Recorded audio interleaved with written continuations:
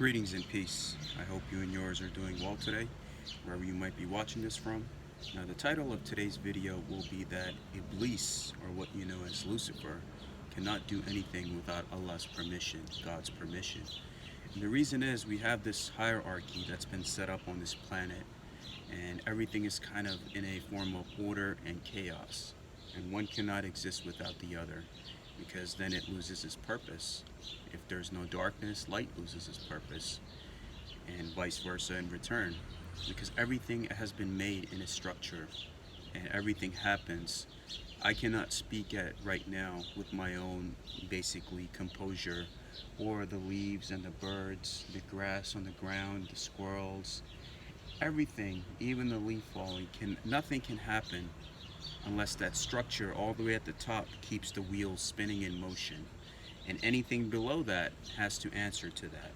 So we live in a society where we believe that somebody's better than us, or they're above us or beneath us. Nobody's above or beneath one another, because everyone is subject to something in this lifetime.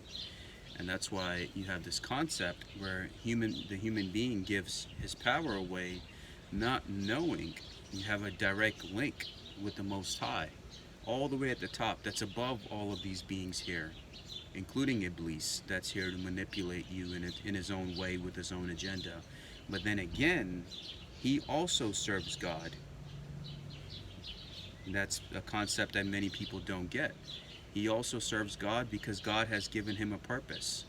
And there's a chess game being played between Iblis and Allah, knowing that in the end, that the good is destined to win. Good is always destined to win, and that's even the evil knows that in this world. And even they know how much they can get away with before that eventually that scroll of goodness kind of clamps down on them. So that's why I say in this lifetime, the human beings kind of fall into these traps of chaos and division, not knowing that at the end, good does win. Especially with the chaos that's going to take place in America and the world from 2020 through 2028, 2029, this 9-year cycle of completion, that there is a lot of spiritual changes that are going to take place. So what you do is you don't give your power away. Know your power, and know that any leader out there, whether it's in the spiritual community, religious, whatever, and anything that involves the ego or looking down on others or division of any kind, just know that that individual is not of the light. You got to find those answers within your heart. And I always tell people, follow the intuition of your heart. And when somebody tells you who they are, believe them. Because that's the universal law of free will, right? People do show you who they are. It's like if you get a knock on your door at 3 a.m. and you see the black-eyed beings standing outside. They cannot enter your premises unless you give them permission. Same goes with your human life and this concepts of ego, division, vanities, illusions, evil, good. It's all you. God has given you this world. He's given you all of the resources. But it's the humanity that refuses to kind of get its act together. And that's why a lot of humanity will perish when the time comes. And the 15% that do survive will be those of a good heart, mind, and spirit that will rebuild this world for equality, liberty, justice, love, peace, everything that does not involve greed, war, control, or manipulation of any kind. That day will come. And as we see, the earth also is acting out, who's a living being herself, with floods, disasters, diseases coming out of nowhere. It seems like there's no end to it, but still, we refuse to get our act together, help each other, and be in this concept of ego, that I'm right and everyone else is wrong. You don't win in life that way. You're here in this guest house. You're here today. I'm here today. I can't be here tomorrow. There's no promise to anybody. Don't wait until somebody goes away to cry about them or remember them. Communicate with them, cherish them, forgive them, love them while they are still here. That's the acceptance of this human life, is that everyone's out here right now with these spiritual schools wanting to be gods, claiming to be living gods and all this stuff. But if that's the case, then why is our world still suffering?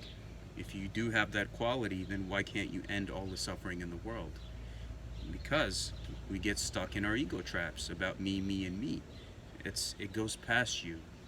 Remember, all the great spiritual teachers of this world never claimed to be healers, gurus, any of those things. They just came for the sake of helping humanity. They helped humanity, and that's what they did. Even myself, I don't claim to be no teacher or psychic or clairvoyant or guru or all this nonsense that you see today in the spiritual community. I am who I am. I am. And you should realize that too. Once you realize that, then you'll have this power where even Iblis himself cannot interfere in your free will, because he also answers to God. Remember that. So these people here who sell out for this temporary human life and fortune, which reminds me of the Grand Master of the Sufis, Imam Ali alayhi salam, who says that he who sells this life for the next loses either of them. So if you spend this life chasing after money, degrees, titles, chasing women if you're a man, and all this kind of stuff, breaking hearts and jumping from one person to another, jumping from one relation to another, you're not getting away with anything. As spiritual as you might claim to be, even if you're a woman, you're not getting away with anything if you're doing people wrong and breaking their hearts and feelings. You will pay a price for it, consequentially, whether in this life or the next existence. Nobody gets away with anything. And that's why I tell you, what is the purpose of life?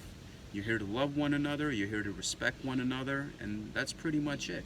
Love and respect each other while you have the time, do good for all, and when you die, that will be your wealth. Everything else you'll leave behind.